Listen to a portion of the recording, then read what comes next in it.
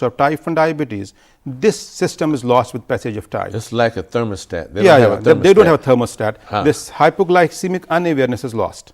Maybe he's driving, maybe he's doing some other work, he's in heavy machinery. Right. Okay, he can endanger his life and also the life of others. And it can happen fast also. Very fast, very fast. Believe me, that is why all the type 1 diabetics, we give them either a wristband which says I am diabetic, or we give them the card which is in them that I am diabetic. If you find me like this, give me a sugar, give me this if I am conscious. Yes. So they need to know in advance that hypoglycemia is a severe concern, particularly in type 1 diabetics in Ramadan. Yes. So they have to be very, very careful about this issue. Yes. You know, this whole thing about hypoglycemia, one quick point I'd like to mention, I'm sure you know more about this than me, and you can add to this. Sometimes the police arrest people that they think are intoxicated. Yeah, because because these are called the symptoms. Okay. Yes. What happens when the sugar goes low? You are not able to think properly. Right. You may act weird. They may say he must have taken some drugs. He must have taken alcohol. So that is why they say if a type 1 is good control, he may fast, but recommendations are he should not fast. If you go by all the guidelines, any type 1 diabetics who is in multiple injections should not fast. Okay. But I showed you the study, I told you the study, about 40% do fast. Right. So you can't, it's their sweet will. They want to fast, but you have to advise them. Okay. And they do very well. Some people do very well. Okay. So first of all, they should be under good control before Ramadan. Definitely. That is why they should be compliant patients. Pre-Ramadan counseling is the main backbone of a person. Yeah. Whether it's type 1 or type 2, he should counsel his doctor before starting the fast. At least 2 months before, they should plan their way out. If they're not stable beforehand, no, don't do it. No. Okay, thank you so much.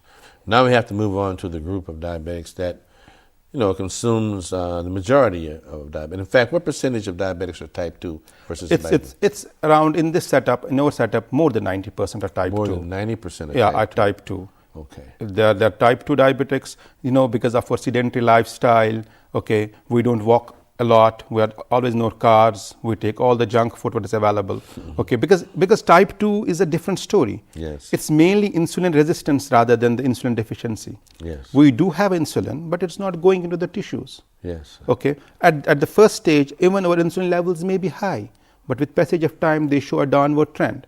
On top of it, obesity, mainly the visceral, around your organs, it makes you more liable to get type 2 diabetes. Yes. Okay. So type 2 diabetes is mainly some genetics, some lifestyle, and on top of it is the obesity. Yeah. If we see our people here, they don't walk much, and every people who comes to my clinic, their weight is always 100, 105, 106. And this is the reason why they go towards the road to type 2 diabetes. Yeah, got that. I understand. So now, you say the insulin resistance, it's like the insulin is there, but it's not being utilized by the tissues. It's not being absorbed. And even if it's absorbed, it's not being utilized. It's not being utilized the tissues. There are some resistance to the insulin, okay, which is not there. And exercise increases the sensitivity. Yeah, definitely. Exercise is a wonderful medication. Ajib. It has been seen in one of the studies, which was called the diabetes prevention study. There they found if somebody has a pre-diabetes, and if he goes on diet and he goes on exercise and loses 7% of his body weight, the chances of going to diabetes is decreased by 52%. Ajib. More than the medication. So exercise is a cornerstone for type 2 diabetes. I had one specialist on my program before. He said, if you're diabetic and you're not exercising, then you're not treating your diabetes. Definitely. It kind of scared me because at that point, I was not exercising. I'm diabetic, but alhamdulillah, I'm trying to do it nowadays. Now, let's talk about the diabetics, the type 2 diabetics that come into your clinic before Ramadan, and they want to know if they can fast. What are some of the main factors, including blood tests, that determine whether or not you advise them to fast? See, if a diabetic comes to my clinic, this is the first question he asks, should I fast or not, whether it's type 1 or it's type 2. The first thing is, any diabetic who gets low sugars, high sugars, means brittle diabetes, sometimes high, sometimes low, I tell him you cannot fast. Okay. Those patients who in the last 3 months had an episode of a diabetic ketoacidosis, okay, the sugars burn very high, they are also at high risk group. Okay, that means for all practical purposes, type 1 diabetes are at a high risk group. Right. Okay, type 2 diabetes who are only on diet, they can fast. Who are on simple medications, they can fast. Those who are overweight with simple medications, they can also fast.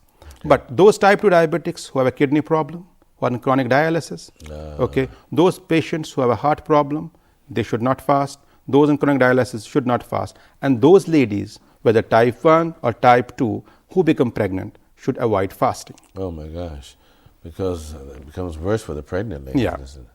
For the baby also, Okay. and for the also. Do you have? Are you treating ladies for gestation diabetes as well? Yeah, definitely. Okay.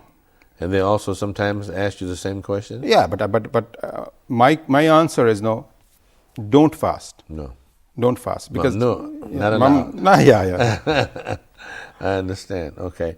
Now let's talk a little bit regarding the workup of the ones that you're contemplating.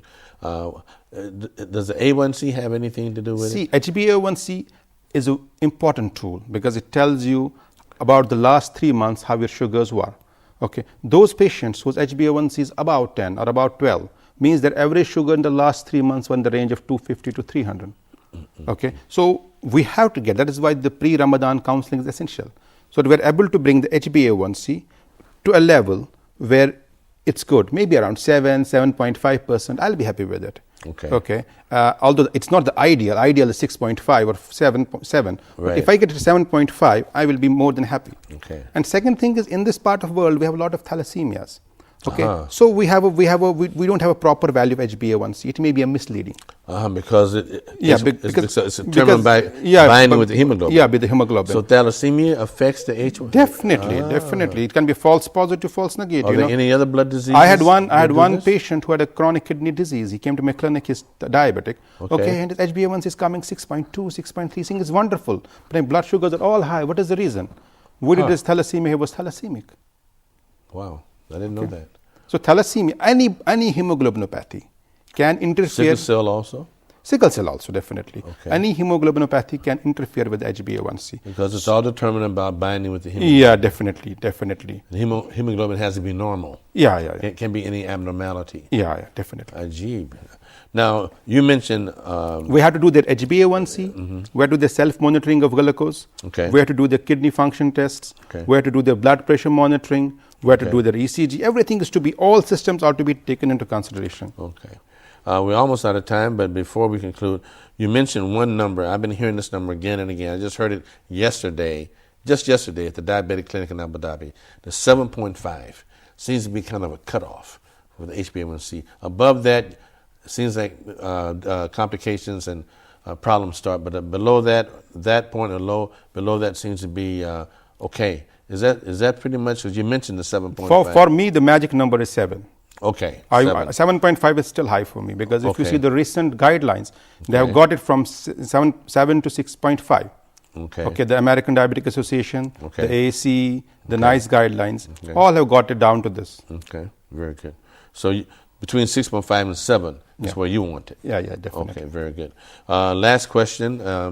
If allowed to fast, you give permission, what adjustments in the diet and exercise and lifestyle do you recommend for your patients? patients? Should eat a healthy and balanced diet. Okay, they should avoid complex carbohydrates. They should eat between the sunset and the sunrise. In between, they should take 2 or 3 small meals. Okay, and they should take suhoor as close possible as to the azan. Okay, they should not. In our country, what they do, they eat up to 2 o'clock and then they sleep. Right. So the recommendation is eat your suhoor as close as to this. Just before fasting. And drink a lot of water in between the non-fasting hours. Okay. Don't eat too much oily food, too much heavy meals in the sunset meal.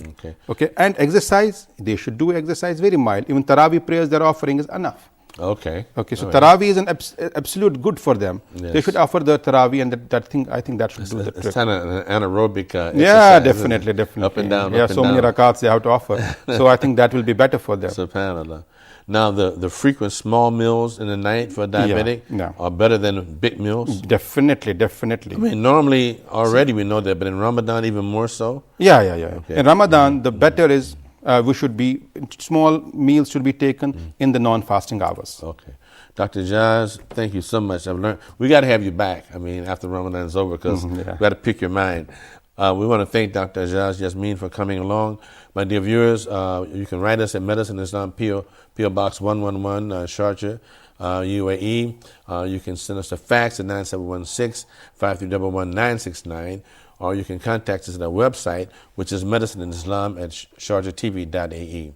And it's our custom on Medicine in Islam. We'd like to conclude all our programs with a short dua of the Prophet Muhammad, peace be upon him, such that if any errors or mistakes have been made on this program, and most importantly, if any sins have been committed on this program, that Allah subhanahu wa ta'ala in His infinite mercy and grace will forgive us. Subhanallah wa bihamdihi, subhanallah wa bihamdika, wa nashhadu an la ilaha illa anta, nastaghfiruka wa atubu ilayk. Jazakumullahu khairan. May Allah reward you with the very best Islam.